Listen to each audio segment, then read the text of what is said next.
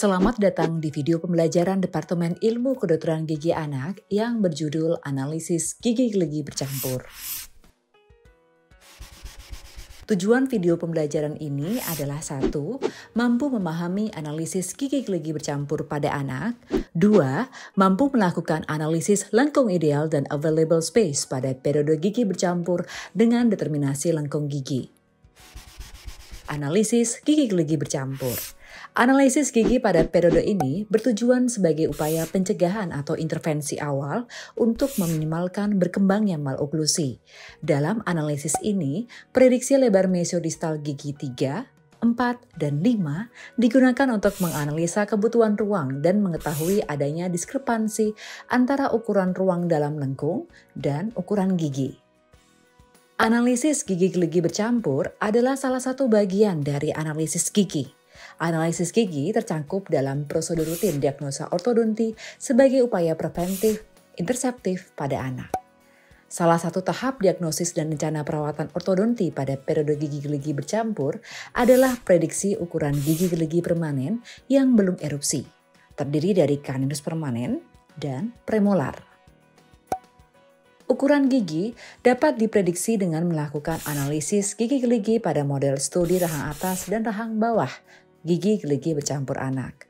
Maka, tujuan dasar dari analisis ruang adalah untuk memperkirakan ketidaksesuaian antara ukuran gigi dan ukuran penyangga tulang alveolar, atau lebih dikenal dengan sebutan teeth and size of the alveolar bone support, atau TSALD.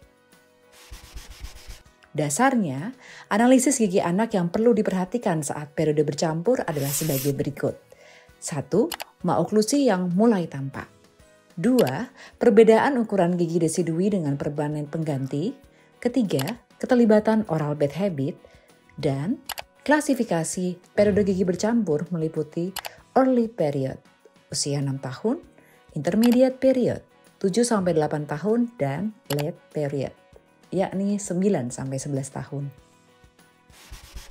Analisis ruang yang dilakukan saat periode gigi geligi bercampur bertujuan untuk mengevaluasi ruang yang tersedia dan yang dibutuhkan untuk gigi permanen pengganti, serta kebutuhan occlusal adjustment nantinya.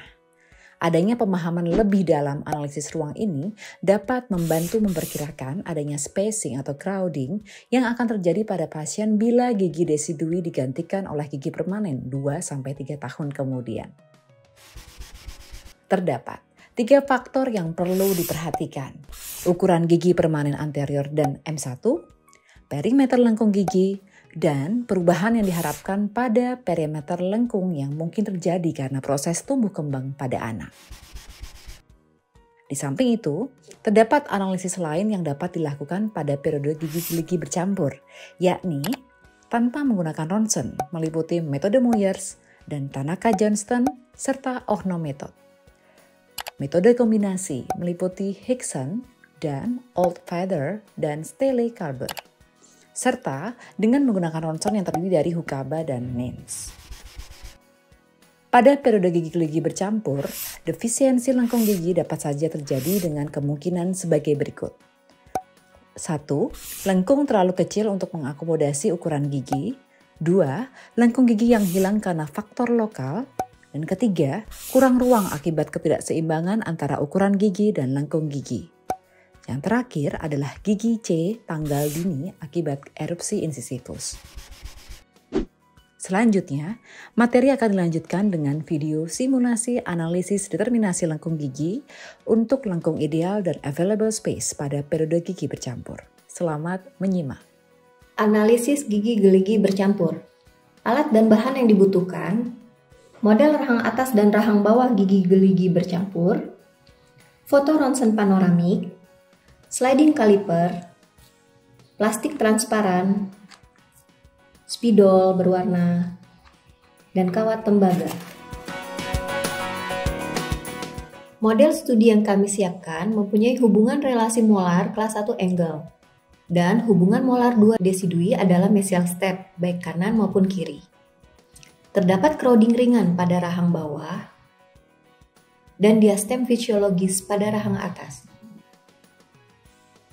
Lengkung rahang atas dan rahang bawah berbentuk ovoid simetris dan tidak ada pergeseran midline.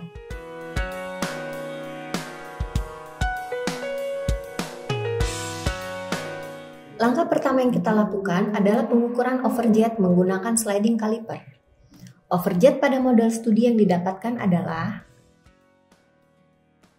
2,46 mm. Pada model studi tidak ada open bite, deep bite, maupun cross bite. Mengukur mesiodistal semua gigi permanen yang telah erupsi. Jumlahkan ukuran gigi 42, 41, 31, dan 32 yang telah erupsi.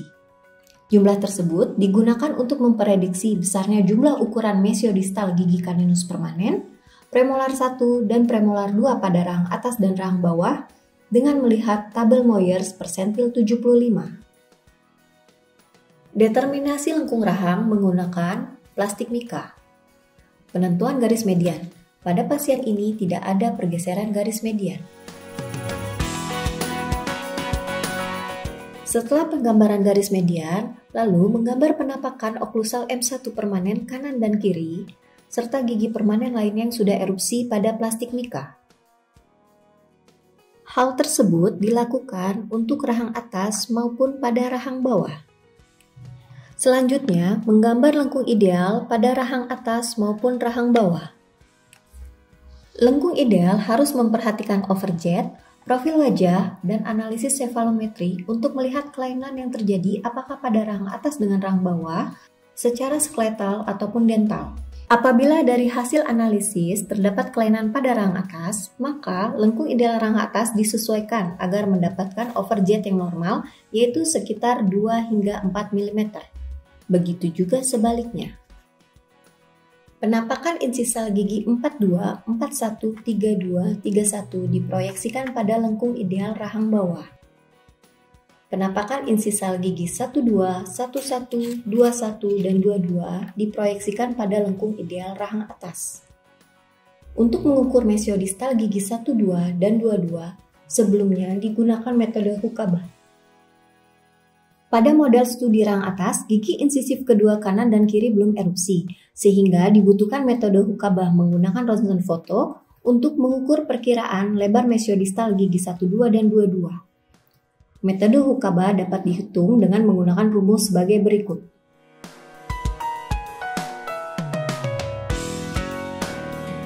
Setelah pembuatan lengkung ideal pada plastik mika, maka kita gunakan kawat tembaga yang disesuaikan pada lengkung ideal. Menggunakan kawat tembaga untuk mengukur perimeter lengkung ideal rahang atas dan rahang bawah, dimulai dari sisi mesial M1 kiri ke mesial M1 kanan permanen. Pembuatan lengkung ideal harus mempertimbangkan besar overjet. Pada model studi, overjet sudah normal yaitu antara 2 hingga 4 mm. Berilah tanda dengan tinta permanen pada titik potong midline dan lebar mesiodistal insisif permanen. Hal yang sama kita lakukan pada rahang atas. Panjang perimeter lengkung ideal diukur dengan meluruskan kawat tembaga tersebut.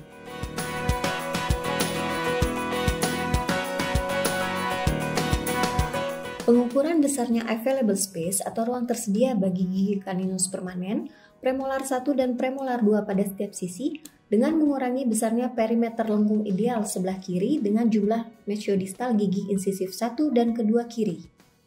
Demikian juga untuk sisi kanan, baik untuk rahang atas ataupun rahang bawah.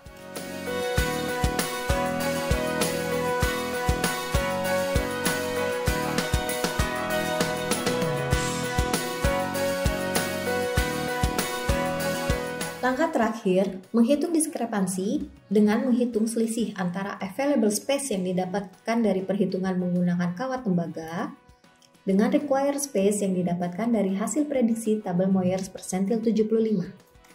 Jika hasilnya negatif, maka terdapat kekurangan ruang untuk erupsi gigi caninus permanen, premolar 1 dan premolar 2. Namun jika hasilnya positif, maka terdapat kelebihan ruang untuk erupsi gigi caninus, premolar 1 dan premolar 2.